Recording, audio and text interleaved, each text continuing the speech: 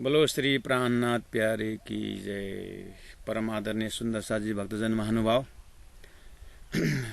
हम लोग विराट का आनंद ले रहे हैं, आपने नहीं भूले होंगे। इससे पहले वाले क्लास में हमने दिव्य दृष्टि की बात की, जिसमें अर्जुन का उदाहरण हमने लिया और संजय का महाभारत का उदाहरण लिया, और वो दृष्टांत लेकर के सिद्धांत में हम कहाँ पहुंचे थे। सदगुरु देवचंद्र जी महाराज को अक्षरातीत परब्रह्म परमात्मा ने दर्शन दे करके तारतम्य दिव्य दृष्टि जब दिए, तो शास्त्रों का अभी तक का जो लोकालोक की बात, जो ऑडियो था, सदगुरु महाराज के ऊपर वीडियो करके आ गया। जैसे हमारे जमाने में पहले रेडियो था और विज्ञान के प्रगति के अनुसार हमारे जमाने में टीवी आ गया। अब ऑडियो भी सुनते हैं और आंख से नक्शा भी देखते हैं।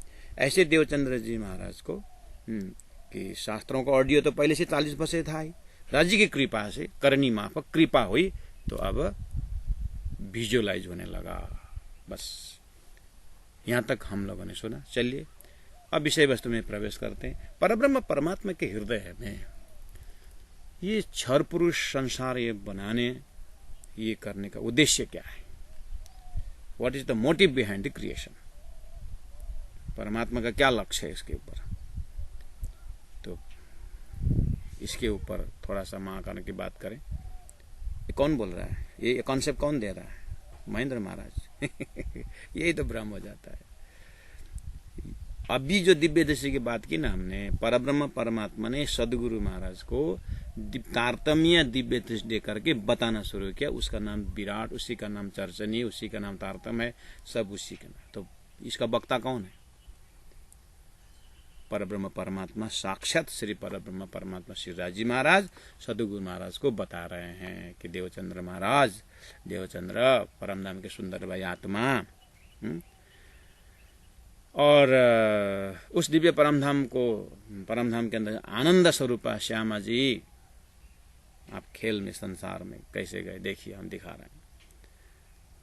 कुरान के मैंने पहले कहा रूहल्ला आएंगे, बोला तो आप भी रूहल्ला के दैवत आप ही हो, और संसार के जीवों में उत्तम जीव तो आप ही हो। इस तरह से आत्मा परिचय देते हुए, बात करते हुए परब्रह्म परमात्मा सदगुरु महाराज को बताते हैं। सुंदर सा ये वाला मास्टर की है। अब बार बार परब्रह्म परमात्मा ने सदगुरु को बोला, परब्रह्म सदगुरु को बोला बोलने से जो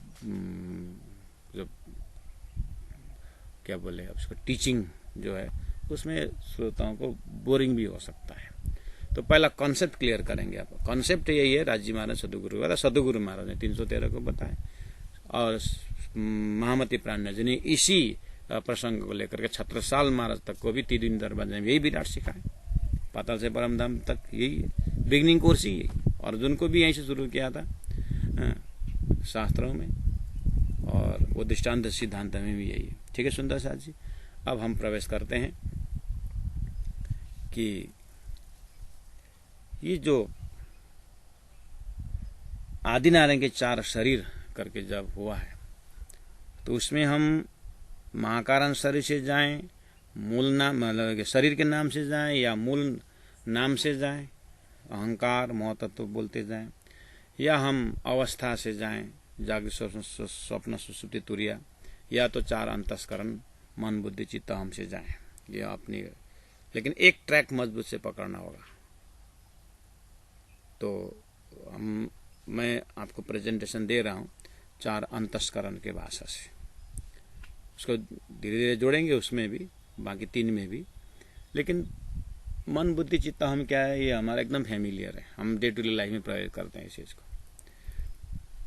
जैसे प्रैक्टिकल में आप और कोई बोलते हैं ना कि मेरा मन ठीक नहीं है, मेरे मन में कितनी सारी बातें, तेरे को मैं कब मिलूं अब बताऊं जैसा लग रहा था, लेकिन मेरा बुद्धि तो उस समय क्या भ्रमित हो गया पता नहीं, मैंने ऐसी गलती कर ली,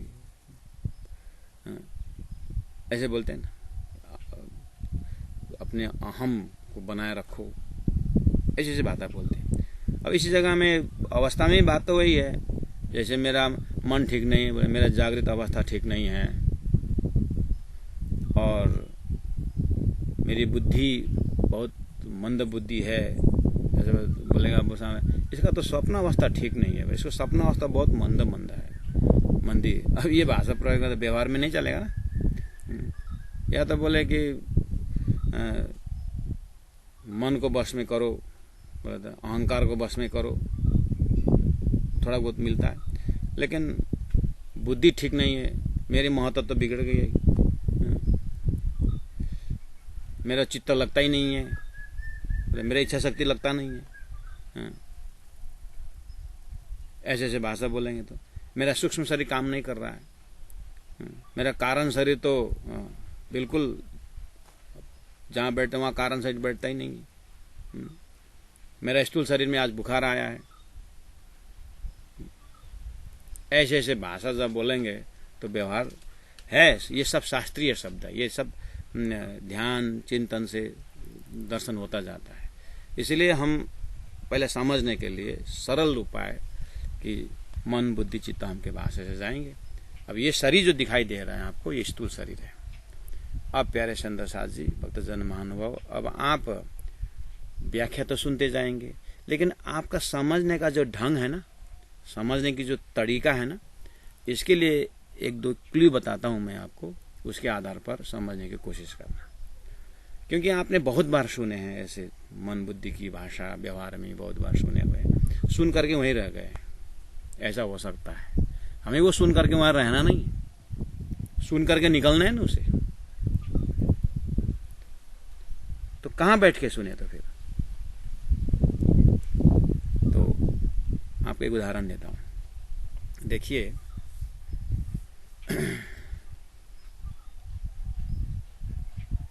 आप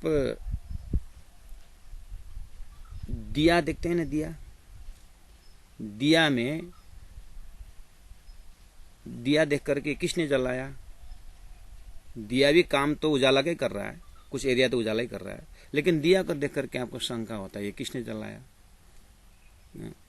हवा आएगा तो ये बुझ जाएगा, ऐसा शब्द आता है। तेल खत्म हो सकता है, बहुत कुछ आपको दिखता है। लेकिन जब ये उजाला का ही काम कर रहा है सूर्य को देखने के बाद शंका होगा? सूर्य को देखने के बाद शंका नहीं होगा ना, किसने सूर्य बनाया? सूर्य हवा आने में सूर्य बुझ जाएगा, ऐसा आता है शंका? सूर्य में कोई शंका नहीं। हाँ, दिया में शंका है। ऐसे गुलाब का फूल आपने देखा होगा गार्डन में, गुलाब का फूल कितना बढ़िया कलर, तो कलरफुल रोज गार्डन में आप देखते हैं, कलर का देखते हैं, और किसने बनाया ये क्या, उसको आपको शंका नहीं होता है कलर किसने भरा। लेकिन कोई आर्टिस्ट ने अगर बनाया हुआ, किसी के बेडरूम में आपने, किसी को सिटिंग रूम में आपने देखा कि सुंदर, पूछते हैं ये किसने बनाया? बहुत सुंदर बनाया, जैसा का तैसा बनाया, बोलते कि नहीं बोलते?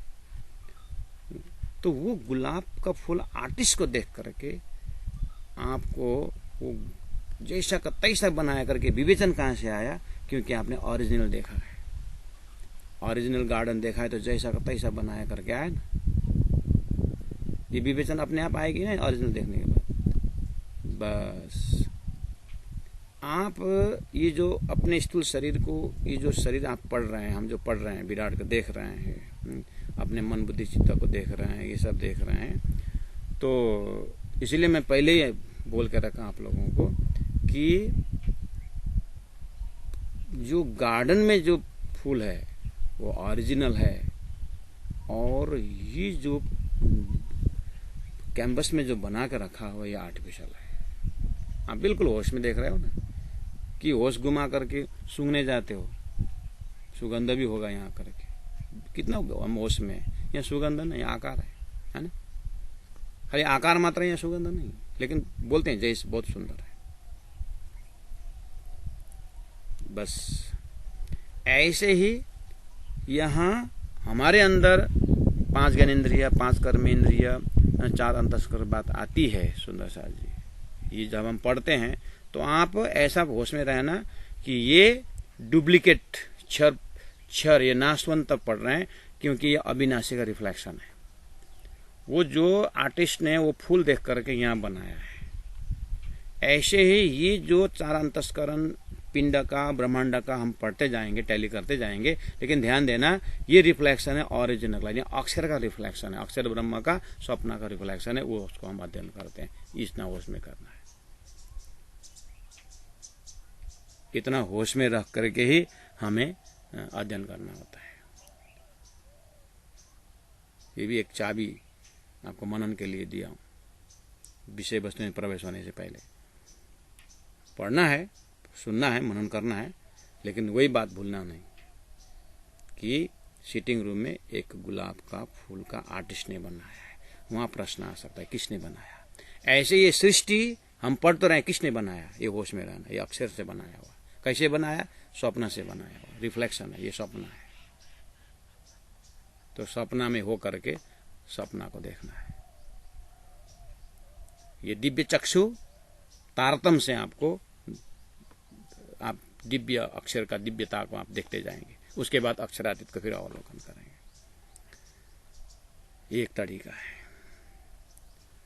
तो ये भी आपको विषय वस्तु में प्रवेश होने से पहले मैंने कहा।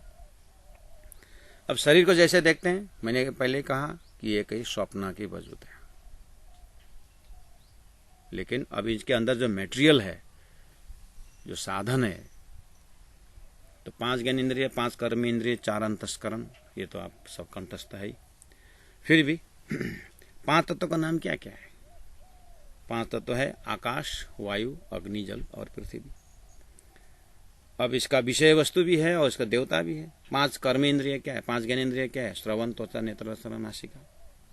और 5 कर्म इंद्रिय, 5 कर्म इंद्रिय वाक, पानी, पाद, उपस्थ, वायु और 4 अंतस्करण। ये हमारा 5 ज्ञानेंद्रिय, 5 कर्म इंद्रिय, ये कर्म इंद्रिय, ये आउटर बाहर दिखता है, और इनर इक्विपमेंट जो है वो 4 अंतस्करण है। हमारा सारा संसार बाहर का संसार से इन्वॉल्व होना, यही अंदर का संसार है। बस इसी चीज को अब हम धीरे धीरे मंथन करेंगे। प्यारे भक्तजन महानुभाव, आप बिल्कुल सचेत रहना। आज मैंने खाली नाम उच्चारण किया है। अब नेक्स्ट एपिसोड में आपको अवलोकन कराया जाएगा एक एक शब्द के ऊपर। कान, श्रवण, त्वचा, नेत्र, ये क्यों ज्ञानेंद्रिय, इसका विषय क्या है और इसका देवता क्या है, किस तरह से ये माँ के पेट में ये इंस्ट्रूमेंट है, ये शरीर जब बन जाता है और जीव प्रवेश होकर के किस तरह से जीव इन 5 ज्ञानेंद्रिय, इन 5 कर्मेंद्रिय, 4 अंतस्करण में किस तरह से भूल जाता है विषय वस्तु में, जिसमें मोह में मोहित होकर के अब वो माँ कारण भूल जाता है। किस तरह से अब ये यहीं पर भ्रमित होकर के ये जीव किस तरह से मायावी बन जाता है, प्राकृतिक बन जाता है, मूल स्रोत किस तरह भूलता है। अब इसको याद दिलाने का क्या जरूरत है, किस तरह से याद दिलाया जाता है, किस तरह जागरनी होती है। अब इसी के आधार पर धीरे धीरे आगे बढ़ेंगे। देखिए, एक जानवर भी ना बैठने से पहला जगह देखता है कि कैसा जगह है, फाँ फाँ फू करता है। गऊ बैठे हुए देखे ना, फाँ फाँ फू करता है। कुत्ता भी 1-2 चक्कर मार के बैठता है। बस मनुष्य ही ऐसे प्राणी है, कहाँ बैठे हैं, कैसे बैठे, कुछ चिंता ही नहीं है। तो विराट दिखाता है कैसे जगह में बैठे। तो ये बहुत इंटरेस्टिंग है, साइंटिफिक लॉजिकल है ये सब टॉपिक। तो आप लोग धीरे धीरे आराम से श्रवण करते जाइएगा। तो सभी को सुस्वास्थ्य की कामना करता हूँ, मेंटली एकदम फ्रेश की कामना करता हूँ। और तारतम्य महामंत्र का जप करते रहिएगा और अपने अंदर दिव्य दृष्टि है, हनुमानीकरण करिएगा। जाम्बवंत ने हनुमान जी को याद दिलाए थे, तू पवन पुत्र है बोला था ना, तो मैं हाँ पवन पुत्र हूँ, तो मैं जंप कर सकता हूँ। तो 5 फीट 10 फीट पहुंच गए लंका। ऐसे आप अंदर चेतना हो, ये भ्रम संसार में रहने का आपका घर परम धाम है, परमात्मा आपका अंश है। इस तरह से अपने आप को वो दिव्य सूर्य में खड़े होकर के दिया को देखना है, वो गार्डन का फूल में होकर के आर्टिस्ट का फूल को देखना है। अक्षर ब्रह्म से संसार कैसे बनता है दोनों देखना है, लेकिन अपने आप को पार में बैठे देखें प्रपंच, अपने आप को परमात्मा मूल मिलावा का एड्रेस दिया हुआ है। बंदेज की अति उत्तम पर घर की निंदा से कई तारतम। ये बंदेज, ये प्रबंध को हम देख रहे हैं कि कैसे संसार में हम आए, सदगुरु ने जो जाहिर किए हैं। तो सदगुरु को सामने में रख करके, सदगुरु के अंदर जो राजी महाराज खड़े होकर के अंदर बैठ करके जो दिखाए हैं, अपने आप को भी श्री राजी महाराज मेरे अंदर बैठ करके ये आउटर दृश्य अवलोकन करवा रहे हैं। इस तरह से अपने आप को श्री राजी के चरण में रखिएगा और श्री राजी को याद करते हुए उनकी कृपा से हमें तारतम्य दिव्य दृष्टि मिला। दिव्य दृष्टि से अब हम आगे संसार को देख रहे हैं। बोलो श्री प्राणनाथ प्यारे की जय, सदगुरु महाराज की जय। प्रणाम सुंदर साहब जी।